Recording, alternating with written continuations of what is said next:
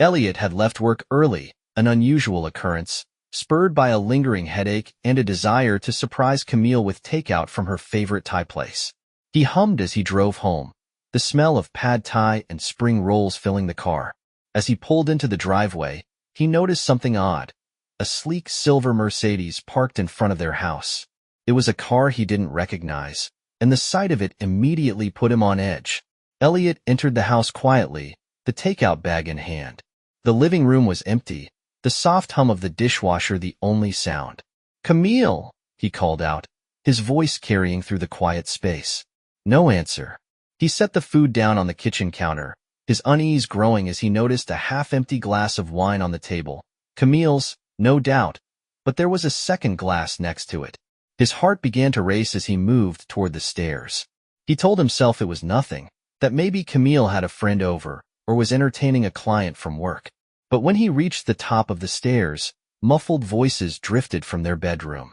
Elliot's breath hitched. One voice was Camille's, soft and familiar. The other was distinctly male. Without thinking, he pushed the door open. What he saw froze him in place. Camille was in their bed, tangled in the sheets with a man Elliot had never seen before. The man, shirtless and smug, looked up in shock as the door flew open. Camille gasped, her face pale as she scrambled to cover herself. "Elliot!" she cried, her voice shaking. Elliot's eyes darted between them, his face a mask of disbelief and fury. What the hell is this?" The man grabbed his clothes, mumbling something unintelligible as he tried to make his escape. Elliot blocked his path, his fists clenched. "Who the hell are you?" Elliot demanded, his voice trembling with rage. Look, I didn't know she was married," the man stammered, backing away. "Get out," Elliot snapped, stepping aside. "Before I do something you'll regret." The man darted out of the room, leaving Elliot and Camille alone in the suffocating silence. Camille's eyes filled with tears as she reached for him. "Elliot, I can explain." "Explain?" Elliot interrupted, his voice cracking. "You think there's anything you can say that will make this okay? You're in our bed, Camille." "Our bed?" "It wasn't supposed to happen," she whispered, her tears falling freely. "It was a mistake." Elliot laughed bitterly. "A mistake? Don't insult me." He turned and walked out, ignoring her cries for him to come back. The neighbors heard the shouting. It wasn't long before there was a knock at the door. Elliot, now in the living room, opened it to find their neighbor, Mrs. Callahan, standing on the porch with a worried expression. "Elliot, is everything all right?" "I heard yelling." "It's fine," Elliot said through gritted teeth. "Just a personal matter." But it wasn't fine. Nothing about this was fine. That night, Elliot slept on the couch. Camille tried to talk to him, but he refused to listen. Every time he closed his eyes, the image of her and the stranger replayed in his mind. An endless loop of betrayal.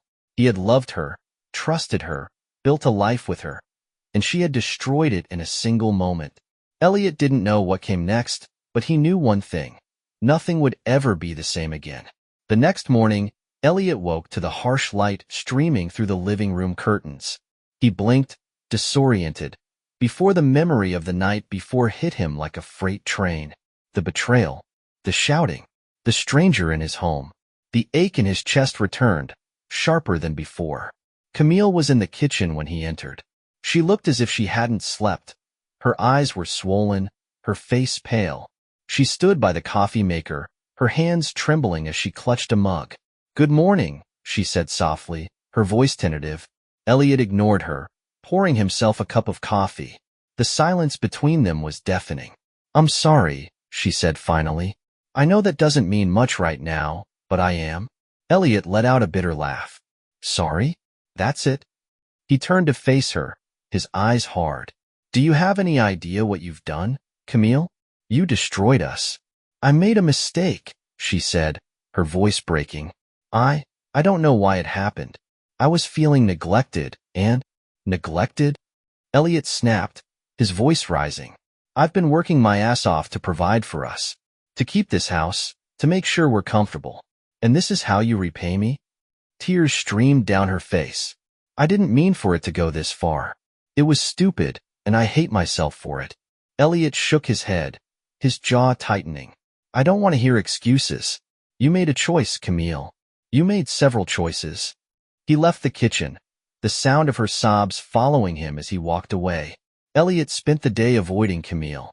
He couldn't bear to be in the same room as her. Every glance, every sound, every reminder of her presence filled him with a rage he struggled to contain. Instead, he turned to the one place that had always been his sanctuary, the bookstore. His assistant manager, Lauren, was already there when he arrived. She looked surprised to see him. Elliot, aren't you supposed to be off today? I needed to get out of the house, he said curtly. Lauren studied him for a moment, her brow furrowing. Are you okay? You look upset. I'm fine, he said, though his tone betrayed him. She didn't press further, but the concerned glances she gave him throughout the day didn't go unnoticed. That evening, Elliot returned home to find Camille sitting on the couch, waiting for him. She looked fragile, her face streaked with tears. We need to talk, she said. I have nothing to say to you, Elliot replied, brushing past her. Please, Elliot, she begged, standing to block his path. You don't have to forgive me, but at least let me explain. He stopped, his eyes narrowing. Fine. Explain. Tell me why you threw away 7 years of marriage for some random guy. Camille's lips trembled. It wasn't about him. It was about us. You've been so distant lately, always working or distracted. I felt invisible, like you didn't see me anymore. That's the best you can come up with? Elliot said, his voice dripping with disbelief. You felt ignored, so you decided to screw some guy in our bed? I'm not excusing what I did, she said quickly. I'm just trying to make you understand. Elliot shook his head. I'll never understand. And I don't think I'll ever be able to look at you the same way again. Her shoulders slumped, and for the first time, she looked truly defeated. I love you, Elliot. I know I've messed up, but I want to fix this. Please, give me a chance to make it right. He stared at her, his emotions a whirlwind of anger, sadness, and confusion. Part of him wanted to believe her, to hold on to the life they'd built together. But the other part, the part that remembered the betrayal, couldn't let go of the pain.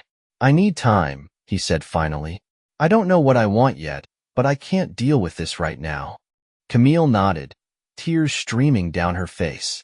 Take all the time you need. I'll do whatever it takes to make this right. Elliot spent the next few days reflecting on their marriage, trying to make sense of everything. He thought about the good times, the laughter, the love they had shared. But those memories were tainted now, overshadowed by her betrayal. And then there was the man, the stranger who had been in their home, in their bed. Elliot couldn't stop thinking about him, couldn't shake the image of his smug face.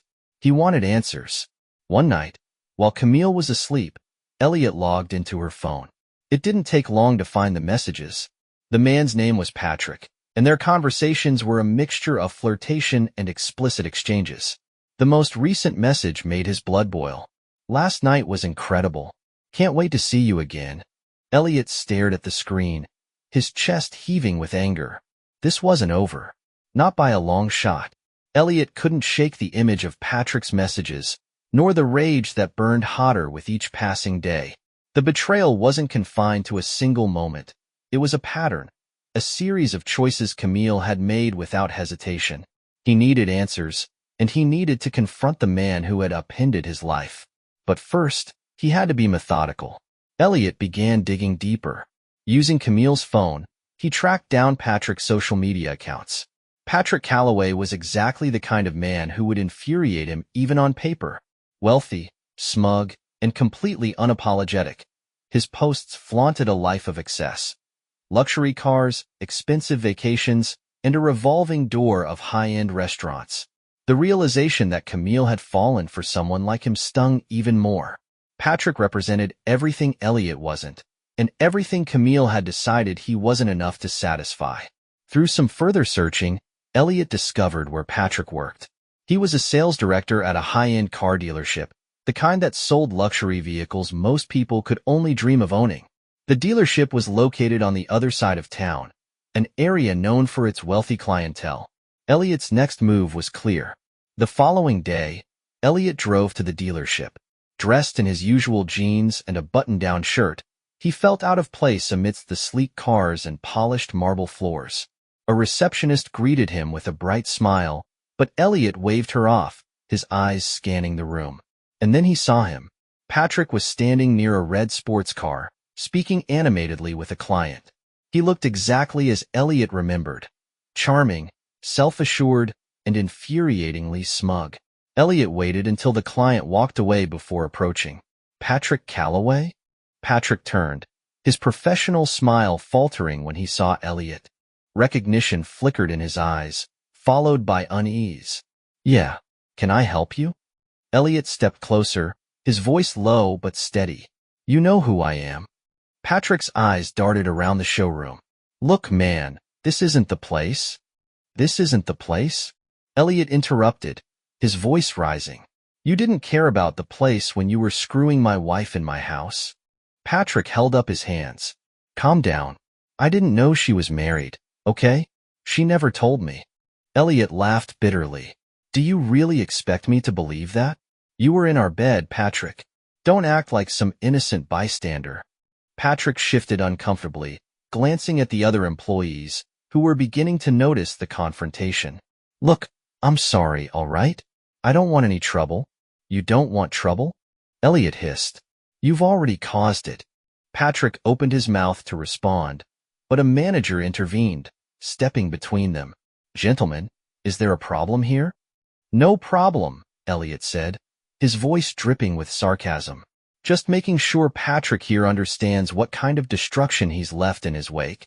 Patrick's manager frowned, but didn't press further. Sir, I'm going to have to ask you to leave. Elliot stepped back, his gaze never leaving Patrick. This isn't over, he said, his voice cold. Elliot left the dealership feeling no better than when he arrived. Confronting Patrick had been cathartic in a small way, but it didn't erase the damage. The betrayal wasn't just about Patrick. It was about Camille and the choices she had made.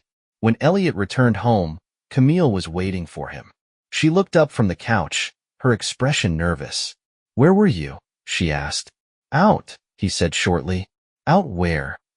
Elliot hesitated for a moment before replying. I went to see Patrick. Camille's eyes widened. What? Why? Why do you think? Elliot snapped. I needed to see the man who ruined my life. Camille's face crumpled, her hands clutching the edge of the couch. Elliot, I never meant for this to happen. I never wanted to hurt you. Then why did you do it? He demanded, his voice breaking. Why wasn't I enough for you? Her tears fell freely now, but Elliot couldn't bring himself to feel sympathy. It wasn't about you, she said, her voice trembling. I was selfish. I was stupid. I didn't think about what it would do to us. Elliot shook his head, his anger boiling over. You didn't think about anything but yourself, and now we're both paying the price. That night, Elliot couldn't sleep. He lay awake on the couch, staring at the ceiling and replaying the events of the day. Confronting Patrick had given him no closure, and Camille's apologies felt hollow. He needed to figure out his next step, not just for himself, but to ensure that Camille fully understood the depth of her betrayal. The idea came to him in the early hours of the morning. It was bold, and it would change everything. But in his heart, Elliot knew it was the only way forward. Elliot spent the next few days meticulously planning his next move. Camille's betrayal had fractured their marriage beyond repair, and now it was time for her to face the full consequences of her actions. He began laying the groundwork for what he envisioned as a complete dismantling of their shared life. It wasn't just about revenge. It was about reclaiming control and ensuring that Camille understood the magnitude of what she had done. The legal battle begins. Elliot's first step was contacting an attorney. He explained the situation in stark detail, including the infidelity and the evidence he had collected. You've got a strong case, the attorney said, nodding as he flipped through the screenshots and financial records. Adultery is taken seriously in divorce proceedings, especially with proof like this. What about the house? Elliot asked. With her infidelity as grounds, you'll likely have the upper hand, the attorney replied. We can push for you to retain full ownership. Elliot left the meeting feeling a grim sense of satisfaction. He hadn't initiated this war, but he was determined to win it. While the legal process unfolded, Elliot turned his attention to their social circle. He started subtly planting seeds of doubt in the minds of their friends and neighbors. At a small gathering hosted by their neighbors, the Scotts, Elliot let slip a carefully crafted comment. "Camille and I have been having a rough time," he said, his tone heavy. "It's hard to recover from something like betrayal." The Scotts exchanged glances, their curiosity piqued. Betrayal? Elliot nodded, offering no further explanation. He knew the ambiguity would do its work. By the next day, whispers about Camille's infidelity began circulating through their social circle. Camille started noticing the shift almost immediately. Friends who had once been warm and supportive now avoided her calls. Neighbors who used to greet her with smiles now offered only tight-lipped nods. One afternoon, she confronted Elliot.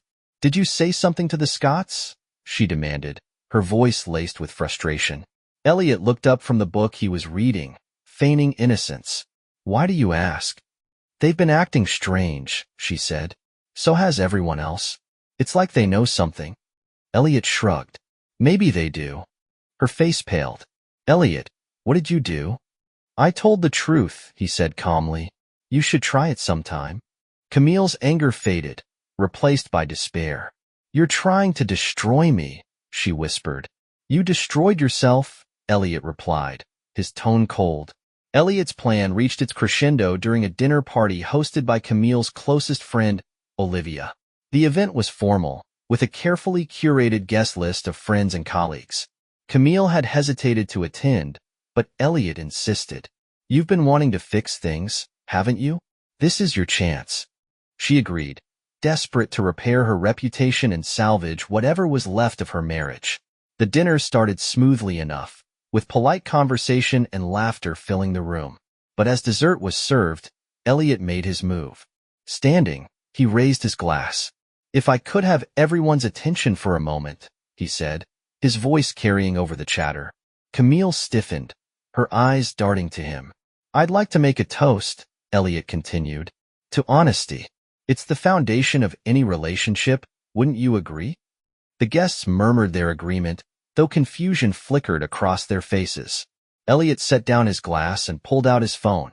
"Unfortunately, honesty has been in short supply in my marriage."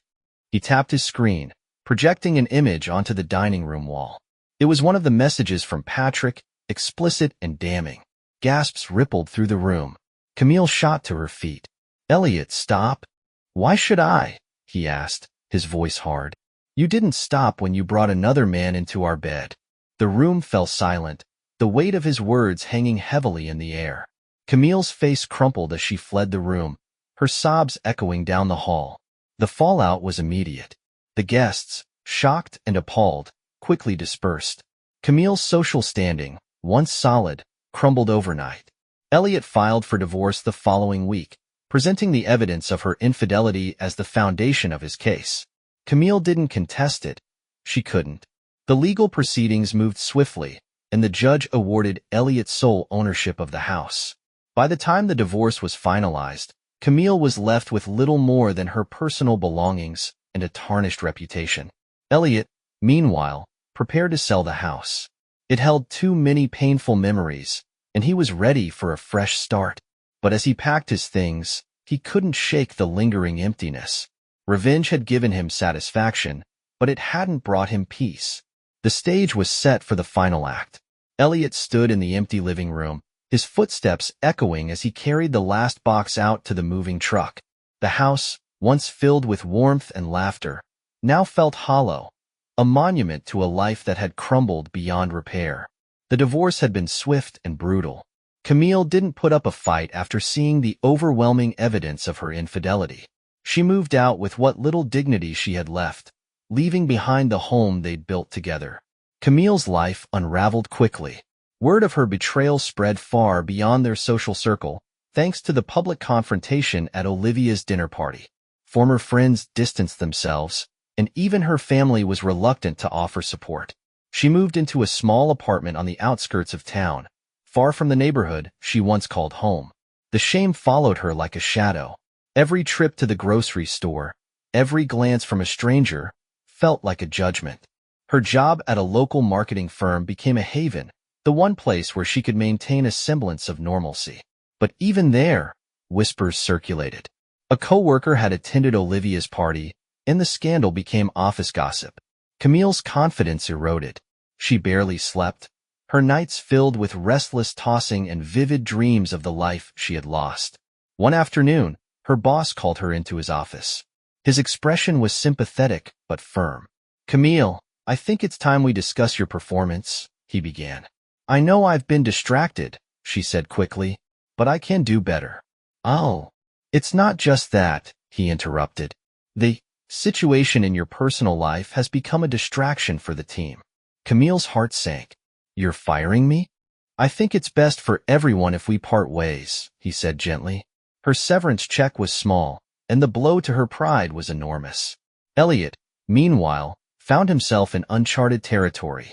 For the first time in years, he was living alone. The house, which he had worked so hard to keep, no longer felt like home. Selling it was a practical decision, but packing up 7 years of memories was anything but easy. He moved to a new apartment closer to the bookstore. It was smaller, quieter, and free of the ghosts of his marriage. But even in his new space, the emptiness lingered. Work became his refuge. He took on extra shifts, reorganized inventory, and even started hosting community events at the store. The distraction was welcome, but it couldn't fill the void entirely. One evening, as Elliot was closing up the store, he spotted Camille across the street. She looked different, thinner, her clothes hanging loosely on her frame, her hair tied back in a messy bun. She didn't see him, her gaze fixed on the pavement as she walked. For a moment, Elliot considered calling out to her, but he stopped himself. What would he even say? He watched as she entered a small cafe, her shoulders hunched as though carrying an invisible weight. The sight stirred a mix of emotions in him, anger, pity, and a faint trace of the love he had once felt. But he shook it off and locked the door. A week later, Elliot received an unexpected email. Subject: "I know I don't deserve this. Elliot, I don't know if you'll even read this, but I needed to reach out. I know I've hurt you in ways I can never take back. Not a day goes by that I don't regret what I did to you, to us. I know I destroyed the life we built together, and I hate myself for it. I've lost everything, my home, my friends, my job, and I know it's my own fault. I don't expect forgiveness, but I hope someday you can find it in your heart to let go of the anger. You don't deserve to carry that weight, just like I don't deserve your pity. Camille." Elliot read the email twice, his emotions swirling. He didn't know how to respond, or if he even wanted to. That night, Elliot sat alone in his apartment, the email still fresh in his mind. He thought about the life he had shared with Camille, the good times and the bad. He thought about her betrayal, the rage and pain it had caused, and the satisfaction of exposing her lies. But as he stared at the empty walls of his apartment, he couldn't deny the hollowness inside him. Revenge had given him a fleeting sense of justice, but it hadn't brought peace. He realized that while Camille had destroyed their marriage, he had destroyed what little remained of her life. And in doing so, he had taken a piece of himself with it. Part 6. The Ruins Left Behind. Elliot's life moved forward, but it was never the same. After reading Camille's email, he had decided not to respond. There was nothing left to say, no closure to be found in words. The betrayal had severed something irreparable between them, and the damage extended far beyond their marriage. The bookstore became his world. Elliot poured his energy into growing the business, hosting author readings, book clubs, and community events. He gained a reputation as a kind, hard-working man, but behind his polite smiles was a lingering void. He tried dating once or twice, but every interaction felt hollow. Trusting someone again seemed impossible. Every time he caught a glimpse of happiness, a voice in the back of his mind whispered, "What if it happens again?" Elliot began spending more time alone, retreating into his work and avoiding anything that might stir old wounds. Camille's life in decline. Camille's world, once vibrant and full of promise, had withered into something unrecognizable. She struggled to pay her bills, surviving on part-time work at a grocery store. The weight of her actions, and the consequences, hung over her like a shadow. Her once bright social life was gone. Friends she had leaned on during the good times now avoided her, unwilling to associate with the woman whose name had become synonymous with betrayal. Even her family, though polite when she called, kept their distance. Her sister, once her confidant, had told her plainly, "You did this to yourself, Camille.